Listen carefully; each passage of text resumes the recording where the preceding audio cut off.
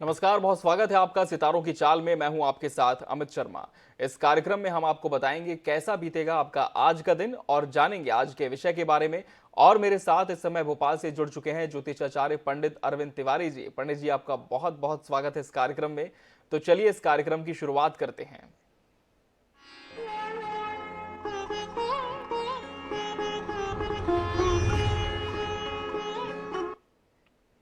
और सबसे पहले जान लेते हैं कि आज का पंचांग क्या है। पंडित जी, क्या है आज का पंचांग और ग्रह गोचर?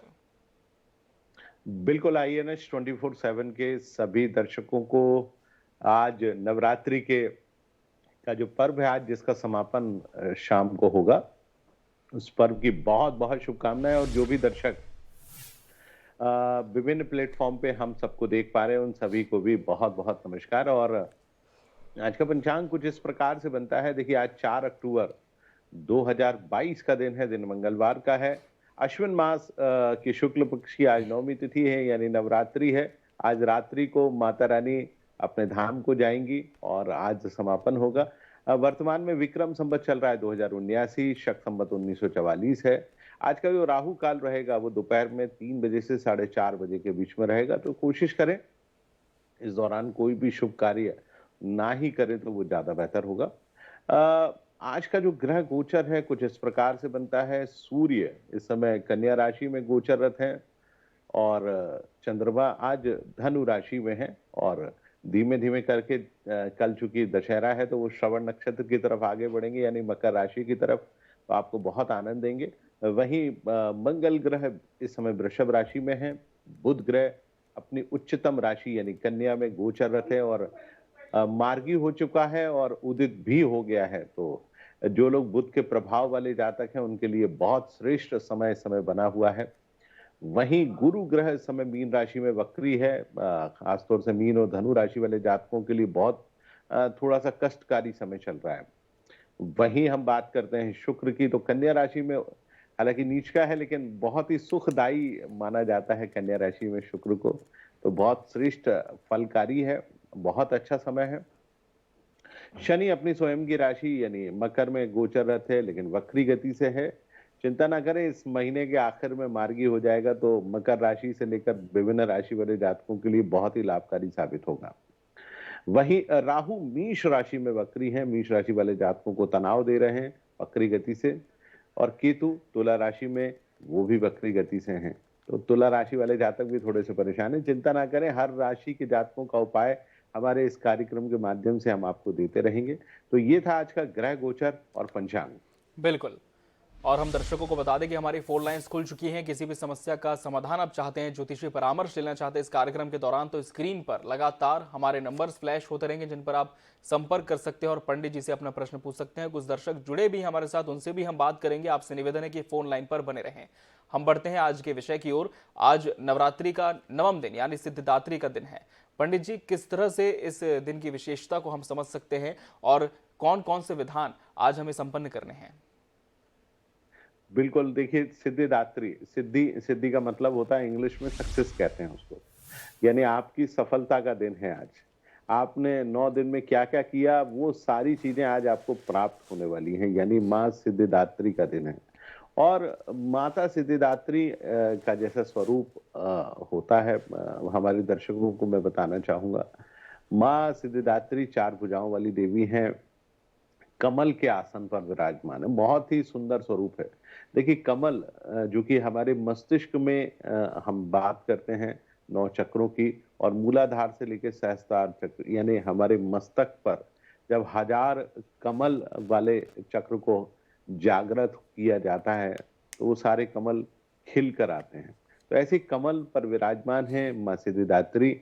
और आज नवम द्वार, चूंकि इस सहस्त्रार्ध चक्र को खोलने का द्वार भी है। देखिए, ये तो कुंडलिनी शक्ति के माध्यम से ही खोला जा सकता है। कुंडलिनी शक्ति जिसके बारे में हम जानते हैं, जो कि हमारे शरीर के मूलाधार यानी गुदा द्वार के पास में वो विराजमान होती हैं। 7 उसमें जकड़ी हुई होती हैं, सर्प के आकार में उनको जकड़ा गया होता है। जैसे-जैसे खुलती हैं, एक-एक चक्र को खोलती हुई जाती हैं। लेकिन आज चूँकि उनको सहस्त्रार्ध चक्र तक पहुँचना यानी मस्तिष्क तक, और जब मनुष्य का सहस्त्रार्ध चक्र जागृत हो जाता है तो वो अपने जीवन में वो सारी चीजों को देख पाता है जो इस ब्रह्मांड में घटित हुई हैं या होने वाली हैं। खैर ये तो बात हुई कुंडलिनी शक्ति की, लेकिन आज माँ सिद्धिदात्री की बात करते हैं। देखिए सिद्धियों की बात हमारे हर उसमें की जाती है। आप हनुमान चालीसा पढ़ेंगे तो हनुमान चालीसा के बारे में जब हनुमान जी महाराज के बारे में चर्चा होती है तो बात होती है अष्ट सिद्धि को वो धारण करते हैं। इसका एक बहुत सुंदर सा प्रसंग यदि आप सुंदरकांड पढ़ते होंगे तो उसमें माँ जगत जननी माँ सीता भगवान हनुमान जी महाराज को हर प्रकार की सिद्धियां बहुत सहज रूप में दे देती हैं, जिन सिद्धियों को प्राप्त करने के लिए मनुष्य को बहुत तपस्या करना पड़ती है। इसके अलावा आपने भगवान कृष्ण के बारे में सुना होगा कि वो भी हर प्रकार की सिद्धि यानी 8 प्रकार की सिद्धियों के ज्ञाता थे, यानी उनके पास भी 8 प्रकार की सिद्धियां होती हैं। तो कहने का तात्पर्य यह है कि जिस मनुष्य के पास या जिस भी व्यक्ति को या जो ईश्वर स्वरूप में भी रहे उन सभी को भी इन सिद्धियों की आवश्यकता हुई। तो आज आप भी माँ जगतजननी की पूजा अर्चना यदि विधि प्रकार से करते हैं तो आपको भी इन 8 प्रकार की सिद्धियों की आवश्यकता, आपको सिद्धियां आसानी से प्राप्त होंगी क्योंकि आपको इन सिद्धियों की आवश्यकता है। अच्छा, ये सिद्धियां होती कौन कौन सी हैं, इनके बारे में भी हमारे दर्शकों को जानना बेहद जरूर है। बिल्कुल पंडित देखिए जी, इस पर भी हम आपसे बात करेंगे। और इस वक्त एक दर्शक हमारे साथ जुड़े हुए हैं, भिलाई से संजय हैं। संजय जी, बहुत स्वागत है आपका सितारों की चाल में। जिनके विषय भी आपका प्रश्न है उनके जन्म की पूरी तिथि, समय और स्थान बताएं, फिर आपका प्रश्न करें। अच्छा, नमस्ते पंडित जी। जी नमस्कार संजय भाई। हाँ पंडित जी, मैं अपने बेटे की शादी और उसके आगे का मैं जानना चाह रहा था कि कैसे शादी रहेगी। जी उसका डेट ऑफ बर्थ है 3 सितंबर 1996 जी और जन्म स्थल है सूरत, गुजरात। जी, जन्म का समय बता दें। जन्म का समय बता दें संजय जी। दोपहर के 12:30 बजे। दोपहर के 12:30 बजे का जन्म है। जी पंडित जी। दोपहर के 12:30 बजे। जी चलिए संजय भाई, आपके बेटे साहब का आपने जो डेट ऑफ बर्थ लिया वो 3 सितंबर 1996 है। दोपहर में 12:30 बजे सूरत का आपने जन्म बताया है। कुंडली कुछ इस प्रकार से बनती है। वृश्चिक लग्न और मीष राशि की कुंडली है। कृतिका नक्षत्र के पहले चरण में आपके चिरंजीव का जन्म हुआ है संजय जी। आपने उनके विवाह और करियर के बारे में पूछा। देखिए कुंडली में मैं जैसा अपने शुरुआत के उद्बोधन में कह रहा था कि मीष राशि इस समय राहु से पीड़ित है। आपके बेटे की भी मीष राशि है और राहु उसको बहुत तंग कर रहा है।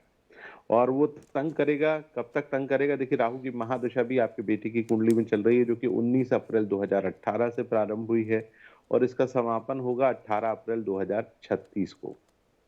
तो ये अपने आप में बड़ी बात है। और राहु का चूंकि वर्तमान में राहु की महादशा है, हालांकि बृहस्पति का प्रत्यांतर है, लेकिन गोचर में भी राहु बेटे को तंग कर रहा है, तो उपाय भी केवल राहु का ही करना पड़ेगा। तो संजय जी आप कोशिश करें अपने बेटे को, यदि आप एक गोमेद रत्न जिसका वजन लगभग 10 से 12 रत्ती का हो, सीधे हाथ की मध्यमा उंगली में चांदी में जड़वा कर आप यदि अपने बेटे को पहनाते हैं। गोमेद अमूमन बुधवार को भी पहनाया जा सकता है, सोमवार को भी पहन सकते हैं, या आप शनिवार को पहने तो ज्यादा बेहतर है। और पहना हमेशा सायंकाल ही जाता है, तो आप सायंकाल में पहनाएं, तो मुझे लगता है संजय जी इससे आपके बेटे को अवश्य लाभ होगा। बिल्कुल। वहीं निजी परामर्श के लिए भी दर्शक संपर्क कर सकते हैं पंडित जी से। उनके नंबर हम लगातार स्क्रीन पर फ्लैश कर रहे हैं। अगले दर्शक हमारे साथ भरतपुर से जुड़ चुके हैं, केसरी शर्मा। केसरी जी, बहुत स्वागत है आपका सितारों की चाल में। जन्म की पूरी तिथि, समय और स्थान बता दें पहले। जी आचार्य जी को प्रणाम। जी ये 30/11/2011 जी 9:28 PM जी भरतपुर। जी, प्रश्न करें। ये शादी से संबंधित ये है कि सप्तम में चंद्र का कोई अशुभ योग तो नहीं है और एक राजकीय सेवा का योग है क्या नहीं, ये पुत्री है। जी चलिए, आप जिनके विषय में पूछ रहे हैं, आपके जो संतान है मैं उनके बारे में बता देता हूं। आपने बिल्कुल सही कुंडली के बारे में पूछा। कर्क लग्न की कुंडली है और मकर राशि समसप्तम भाव में चंद्रमा धनिष्ठा नक्षत्र के पहले चरण में बैठे हुए हैं और ये 23 डिग्री के हैं। तो सप्तम भाव में चंद्रमा का बैठना अपने आप में मैं बहुत ही शुभ मानता हूं, क्योंकि लग्नीश कुंडली के प्रथम भाव का स्वामी ग्रह केसरी जी यदि सप्तम भाव में बैठे तो जातक को एक श्रेष्ठ पत्नी, यदि लड़का है तो पत्नी और लड़की है तो श्रेष्ठ पति प्राप्त होता है। तो ये अपने आप में बहुत ही शुभ कारक होता है। परंतु एक चीज का आपको ध्यान रखने की आवश्यकता है कि उस भाव का स्वामी ग्रह शनि यानी सप्तमेश कहाँ बैठा हुआ है? चौथे भाव में। हालांकि वो तुला राशि में उच्च का होकर बैठा है, परंतु 1 डिग्री का है। यदि आप उसको प्रोग्रेशन, हमारे यहाँ ज्योतिष में एक प्रोग्रेशन चार्ट बनता है, गोचर नहीं कहते उसको, प्रोग्रेशन कहते हैं। मैं किसी दिन हमारे इस प्रोग्राम में प्रोग्रेशन चार्ट की बात भी करूंगा। प्रोग्रेशन चार्ट में आप देखेंगे तो शनि जो है वो कन्या राशि में चले जाते हैं। तो शनि जब कन्या राशि में होगा, सप्तम भाव का स्वामी ग्रह होगा, वैवाहिक जीवन को कहीं ना कहीं वो कष्टप्रद जरूर बनाता है। दूसरा, आपने पूछा कि राजेश राज्य स्थान में चूंकि बृहस्पति बैठे हैं लेकिन वक्री गति से बैठे हैं। मेष राशि में बृहस्पति का बैठना दशम भाव में एक अच्छा माना जाता है, परंतु आपको इनकी कुंडली देखते समय 2 चीजों का और ध्यान रखना चाहिए। चूंकि पंचम भाव में सूर्य भी बैठे हैं जो कि पितृ दोष बना रहे हैं। राहु और सूर्य के साथ बैठने से ग्रहण योग भी बनता है। और सबसे और तीसरी महत्वपूर्ण चीज, जो बुद्धि का कारक ग्रह है बुध, वो रिट्रोकेट यानी वक्री और अस्त होकर पड़ा हुआ है।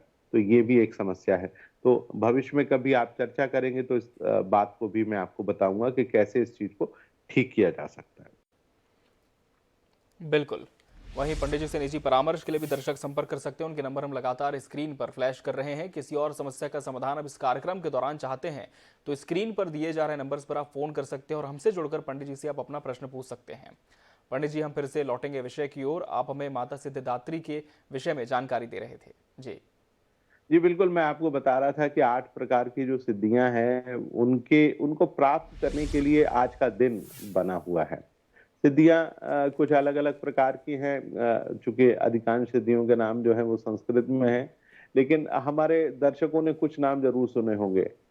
अणिमा, महिमा, लघिमा, इसके अलावा ईशत्व, वशित्व, प्रकाम्य इत्यादि जो सिद्धियां हैं, इनकी प्राप्ति अमूमन की जाती है। और ये सारी सिद्धियां यदि आपको प्राप्त हो जाती हैं तो आप जीवन में हर प्रकार, एक भी सिद्धि यदि आपको प्राप्त होती है, बहुत सारे लोग सुनते हैं कि अमुक संत जो है वो बहुत ही उनको अमुक सिद्धि प्राप्त हो गई है। तो ये 8 प्रकार की सिद्धियां यदि आप अपने जीवन में प्राप्त कर लेते हैं तो जीवन में कुछ भी शेष नहीं बचता है। देखिए, इन सिद्धियों को प्राप्त करने के लिए स्वयं भगवान शिव ने भी पूजा अर्चना की थी। किनकी? माँ सिद्धिदात्री की पूजा अर्चना की थी, क्योंकि उनको भी ये सब प्राप्त करना थे। माँ सिद्धिदात्री की जब उन्होंने पूजा अर्चना की तो वो स्वयं अर्धनारीश्वर स्वरूप में आ गए थे, यानी आधा शरीर पुरुष का और आधा शरीर स्त्री का था। तो आप देखिए कि सिद्धिदात्री की पूजा अर्चना सभी ने की। एक बहुत सुंदर सा रामायण में प्रसंग आता है, आपने देखा होगा कि भगवान राम को माँ कौशल्या कहती थी कि तुम्हारे नेत्र जो है वो कमल के समान है। और जब रावण का वध करने के लिए भगवान राम पूजा अर्चना कर रहे थे तो उनकी पूजा में वो रोज सहस्त्र कमलों से पूजा अर्चना करते थे। और आप सोचिए कि जब वो पूजा अर्चना करते थे सारी तरीके से, तो आप देखिए कि उनकी पूजा में एक प्रकार से जो है वो एक कमल गायब हो गया। तब भगवान राम को जो है माता ने कहा कि अब कैसे आप पूजा करेंगे। तो भगवान राम ने अपने बाण से अपना एक नेत्र निकालकर माँ जगत जननी को चढ़ा दिया था। तो उस प्रकार से जब माता को उन्होंने चढ़ाया तो माँ प्रसन्न हुई, माँ सिद्धिदात्री के रूप में प्रसन्न हुई। उन्होंने वर दिया कि अब आप रावण का वध कर सकते हो। तो देखिए, चाहे राम हो, चाहे कृष्ण हो, चाहे भगवान शिव हो, कहने का तात्पर्य यही है कि आप सभी ने माँ की पूजा अर्चना की। तो आइए आज के दिन आप माँ सिद्धिदात्री की पूजा अर्चना करिए। माँ सिद्धिदात्री की पूजा अर्चना करने से न केवल आपको समस्त प्रकार की सिद्धियां मिलेंगी, अभी तो आप अपने जीवन में हर प्रकार से सफल हो जाएंगे और आप उन सफल लोगों की श्रेणी में आएंगे जिनके नाम इस ब्रह्मांड में, इस संसार में लिए जाते हैं। बिल्कुल पंडित जी, हम आपसे ये भी जानना चाहेंगे कि पूजा का सही विधान, सही विधि क्या है आज के दिन? देखिए, आज के दिन आपको माँ की पूजा अर्चना करनी है। छोटी छोटी जो कन्याएं हैं, 8 वर्ष 8 वर्ष तक की कन्याओं की हम लोग पूजा करते हैं और उनको घर बुलाते हैं। सब आज का दिन कन्या पूजन का दिन है। सिद्धिदात्री की जो पूजा अर्चना है, वो उसमें कन्या की पूजा आप करेंगे तो निसंदेह आपको लाभ होगा। कन्या पूजन की जो विधि होती है वो कुछ इस प्रकार से होती है। आप आज कन्याओं को अपने घर आमंत्रित करें। उन कन्याओं की आप पंचोपचार से पूजा अर्चना करें। पंचोपचार का तात्पर्य होता है दूध, दही, घी, शहद और शक्कर। तो आप इनसे माँ जगत जननी की पूजा अर्चना करें। उसका तात्पर्य ये नहीं है कि उनको दूध, दही, घी, शहद और शक्कर से नहलाना है। पैरों के, माँ के जो पैर होते हैं, उनके जो चरण कमल होते हैं, उनको आपको स्नान कराना है। तो आप उनको स्नान कराइए, अपने घर कन्या को बुलाइए, उनके पैरों में महावर या अलता लगाइए, मस्तक पर बहुत सुंदर सा सिंदूर का तिलक लगाइए, चुनरी चढ़ाइए और अपने घर बुलाकर आज उनको आलू चने की बढ़िया सब्जी बनाइए। आज आपको व्रत भी खोलना है और बहुत सारे लोग जो कि इन दौरान छौर कर्म नहीं करते, यानी दाढ़ी नहीं बनाते हैं, नाखून नहीं काटते हैं। बहुत सारे लोग पैदल चलते हैं, नंगे पैर चलते रहते हैं। तो उनको भी अपने जीवन में आज का दिन चूंकि बड़ा महत्वपूर्ण दिन है, तो आपको इस सारे कार्यों को आज समापन करना है। तो खैर ये तो सब शाम को होंगे, तो आप आज माता को बुलाइए, उनको भोग लगाइए और उनकी पूजा अर्चना करिए। तो ये तो कुमारी पूजन की बात हुई। अब बात आती है सिद्धिदात्री की पूजा अर्चना कैसे करें। तो अभी तक यदि आपने माँ सिद्धिदात्री की पूजा अर्चना नहीं की है, तो आप कुछ इस प्रकार से सिद्धिदात्री की पूजा अर्चना अवश्य करिएगा। किस प्रकार से करेंगे? एक लकड़ी का पटा ले लीजिए। चूंकि लकड़ी का पटा इसलिए लिया जाता है कि ये ऊर्जा का एक प्रकार से कुचालक होता है कि जो भी ऊर्जा आपने माता के स्वरूप में मांगी है, वो सीधी ऊर्जा आपको प्राप्त हो सके। तो लकड़ी का पटा ले लीजिए, चूंकि उसको शुद्ध माना जाता है। नीचे आप थोड़ा सा तिलक वगैरह बना दीजिए, अर्थात यानी हम जिसको कहते हैं हल्दी से लीपन कर दीजिए, उस पर चौक बना दीजिए, पटा रखिए, तदुपरांत उसके ऊपर लाल वस्त्र रखिए। अब थोड़ी सी चावल की ढेरी जरूर बनाइए। उसके ऊपर माँ सिद्धिदात्री का यदि आपके पास कोई फोटो है, चित्र है, या आपके पास मिट्टी का विग्रह है, या आपके पास उनका विग्रह मूर्ति के स्वरूप में, जिसमें स्टील की मूर्ति हो सकती है, पीतल, तांबा, कांसा या सोने चांदी इत्यादि की मूर्ति हो सकती है। जो भी आपके पास है उनको सहज रूप में आप वहां पर स्थापित करिए।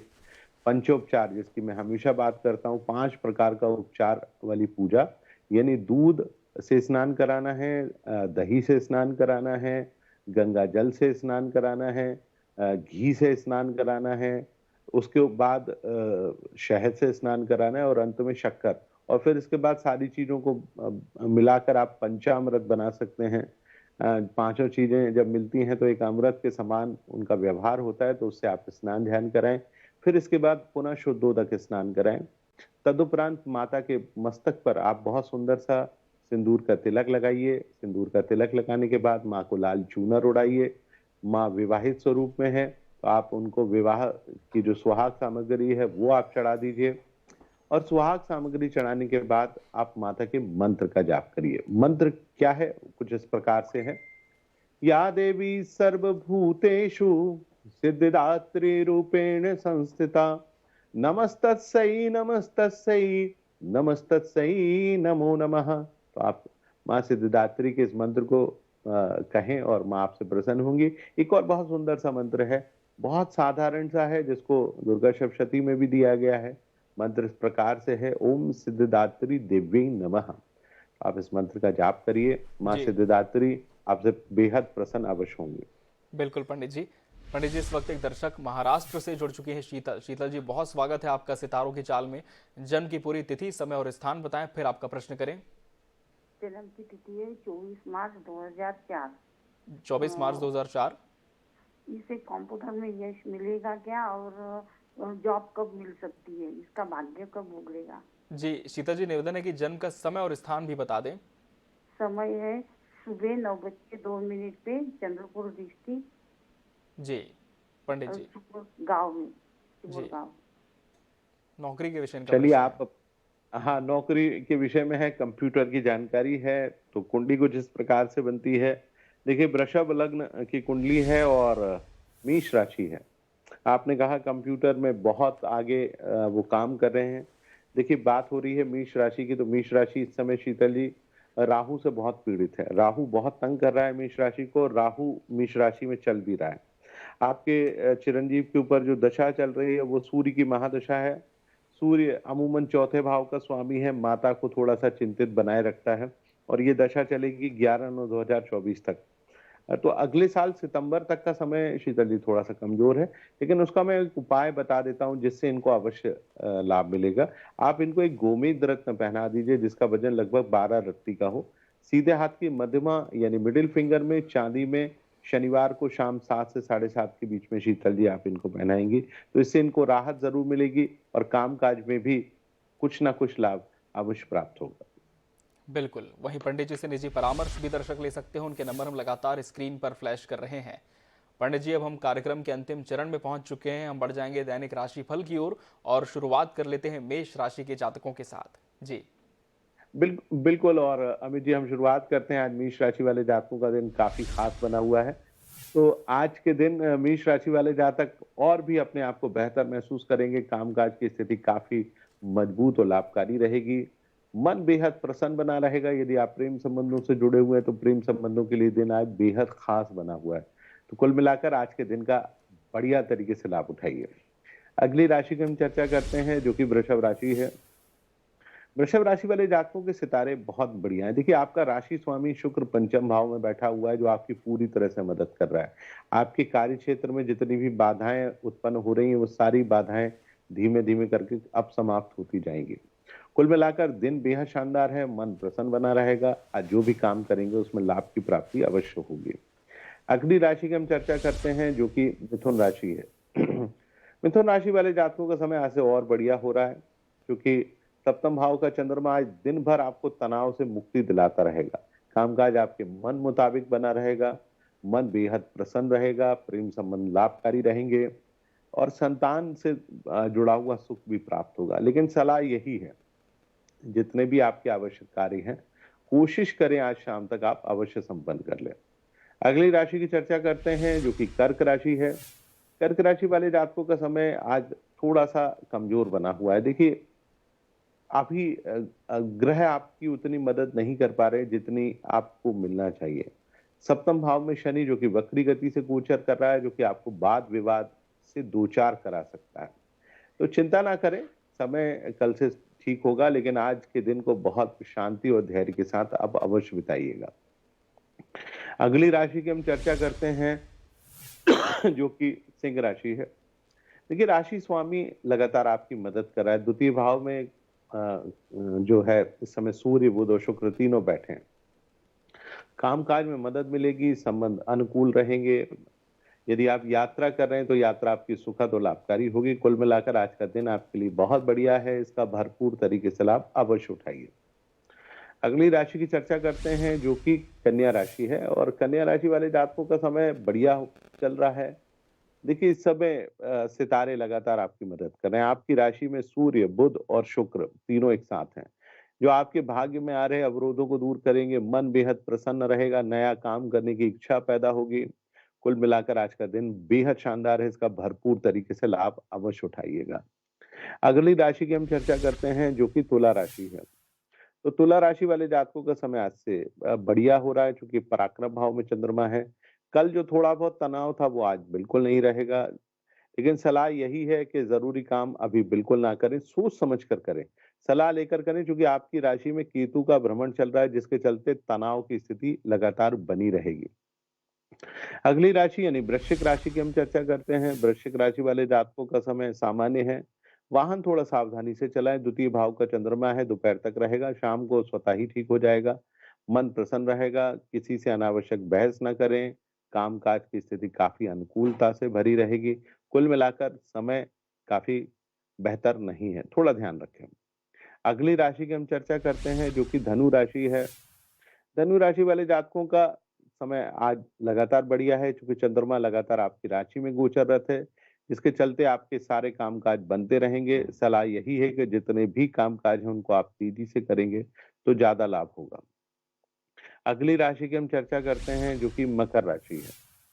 मकर राशि वाले जातकों का समय आज से शानदार हो रहा है, क्योंकि शाम को जैसे ही चंद्रमा आपकी राशि में पहुंचेगा, सेहत सुधरेगी, मन प्रसन्न होगा, विरोधी भी आपके थोड़े कमजोर पड़ेंगे। तो कुल मिलाकर आने वाला दिन काफी अनुकूल बनने जा रहा है, तो उसका भरपूर तरीके से लाभ उठा लीजिए।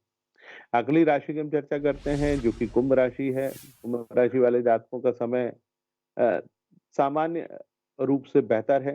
परेशानियों में कुछ कमी अवश्य लेकर आएगा, लेकिन प्रेम संबंधों को भी सुधारेगा। लेकिन सलाह आपको यही है कि जितने भी आपके आवश्यक काम हैं, कोशिश करें आज शाम तक ज़रूर कर लें, क्योंकि कल से चंद्रमा आपके विरोध में रहेगा, तो थोड़ी परेशानी का आप अनुभव अवश्य करेंगे। अंतिम राशि यानी मीन राशि की चर्चा करते हैं। मीन राशि वाले जातकों का समय आज अभी भी ठीक नहीं है। देखिए, राशि स्वामी गुरु वक्री गति से गोचर रहते, जिसके चलते सुख में कमी आ सकती है। माता की सेहत को लेकर आपके मन में चिंता बनी रहेगी। संतान को लेकर भी कहीं न कहीं कष्ट की स्थिति बन सकती है। प्रेम संबंधों में कोशिश करें, आप बचने की कोशिश करें तो ज़्यादा लाभ होगा। जी, तो ये था 12 राशियों का दैनिक राशिफल। पंडित जी, बहुत बहुत धन्यवाद आपका हमसे इस कार्यक्रम में जुड़कर दर्शकों को अहम जानकारी देने के लिए। और इसी के साथ सितारों की चाल में आज के लिए फिलहाल इतना ही। दीजिए इजाजत। नमस्कार।